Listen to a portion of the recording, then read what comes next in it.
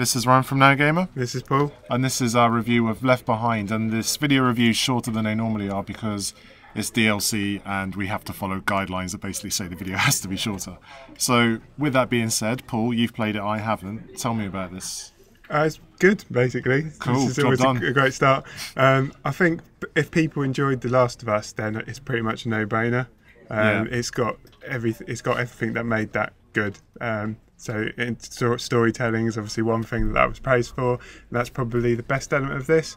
I think it does suffer in some ways being shorter because in the main game, like the scarcity of resources was a big thing, and there was it added a lot of tension to the game. Like in the combat encounters, like, oh, now I've wasted my resources, and you're desperately scavenging for stuff.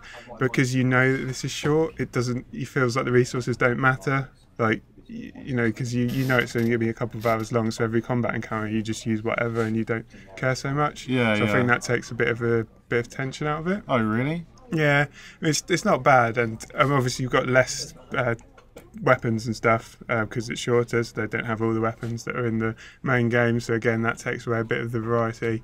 There's not that much combat overall, actually. It starts quite slowly and focuses a lot on the story, which I don't think is necessarily a bad thing, because I think probably people who enjoyed The Last of Us, that would have been one of the elements that they enjoyed.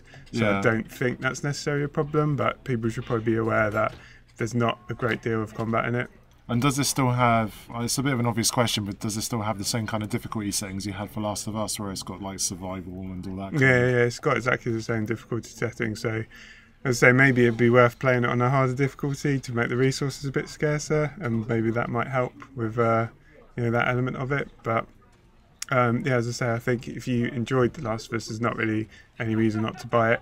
How long did it last you? Probably about 2 hours 15 minutes, something like that.